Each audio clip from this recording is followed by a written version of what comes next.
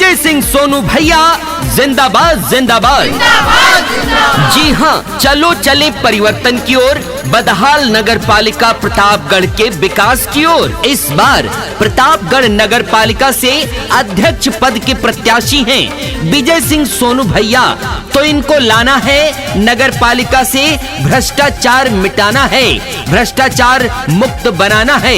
सबको देखा बार बार विजय सिंह सोनू भैया की बार, अब की सोनू भैया को जिताना है, अध्यक्ष बनाना है। प्रतापगढ़ नगर पालिका ने ठाना है, प्रतापगढ़ नगर पालिका ने ठाना है, विजय सिंह सोनू भैया को जिताना है। प्रतापगढ़ की जनता ने ये ठाना है, सोनू भैया को अब अध्यक्ष बनाना है। प्रतापगढ़ नगर पालिका वालों को प्यारे हैं, जन जन के सोनू भैया मेरे दुलारे हैं, माँ बहनों के भैया जी मेरे दुलारे हैं। प्रतापगढ़ की जनता के भैया दुलारे हैं, बूढ़े बुजुर्गों ने भी बेटा माना है, बच्चा बच्चा सोनू भैया का दीवाना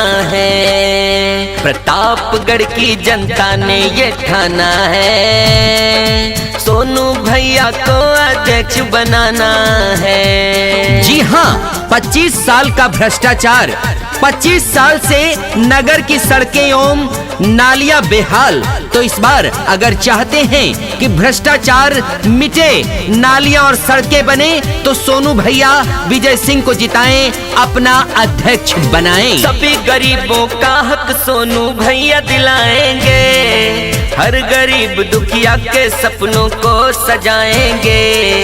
किसी से न डरना, तुझे कोई मार नहीं सकता, जिसके साथ है जनता वो कभी हार नहीं सकता। ये बेटा अपना जाना पहचाना है, ये बेटा सबका जाना पहचाना है, विजय सिंह सोनू भैया को जिताना है। प्रतापगढ़ का अब अध्यक्ष बनाना है, प्रतापगढ़ को भैया अब चमकाना है। जी हाँ, वही तोड़ा जाता है, वही बनाया जाता है, जिसमें ज्यादा कमीशन होता है वही स्ट्रीट लाइट लगवाई जाती है। नगर पालिका के अंतर्गत जल आपूर्ति के बगैर जल कर वसूला जा रहा है।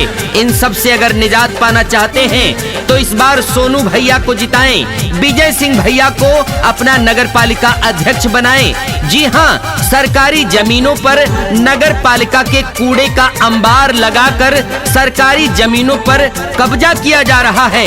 अगर चाहते हैं ये सब ना हो तो सोनू भैया को लाएं, प्रतापगढ़ नगर पालिका का इस बार विजय सिंह भैया को ही नगर अध्यक्ष बनाएं। रिक्शे वालों को भी भैया गले लगाते हैं, ठेले पर भैया जी चाय समोसा खाते हैं। है प्रतापगढ़ के बेटे जमीन पे रहते हैं, सबसे मिलते हैं सोनू ना बीजी रहते हैं। ये बेटा सबका जाना पहचाना है, विजय सिंह सोनू भैया को जिताना है।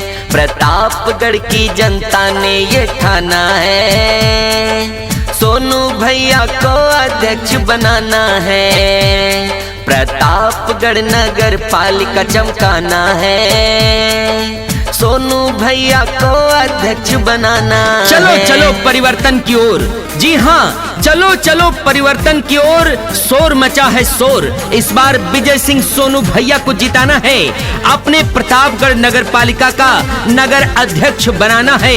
अगर चाहते हैं नगर का विकास हो, बने सड़कें नाला नाली, तो इस बार सोनू भैया विजय सिंह को जिताएं और प्रतापगढ़ को भ्रष्टाचार मुक्त बनाएं। प्रतापगढ़ नगर पालिका ने ठाना है, प्रतापगढ़ नगर पालिका ने ठाना है, विजय सिंह सोनू भैया को जिताना है, प्रतापगढ़ की जनता ने ये ठाना है। सोनू भैया को अब अध्यक्ष बनाना है, प्रतापगढ़ नगर पालिका वालों को प्यारे हैं, जन जन के सोनू भैया मेरे दुलारे हैं। माँ बहनों के भैया जी मेरे दुलारे हैं, प्रतापगढ़ की जनता के भैया दुलारे हैं। बूढ़े बुजुर्गों ने भी बेटा माना है, बच्चा बच्चा सोनू भैया का दीवाना है। प्रतापगढ़ की जनता ने ये ठाना है, सोनू भैया को अध्यक्ष बनाना है।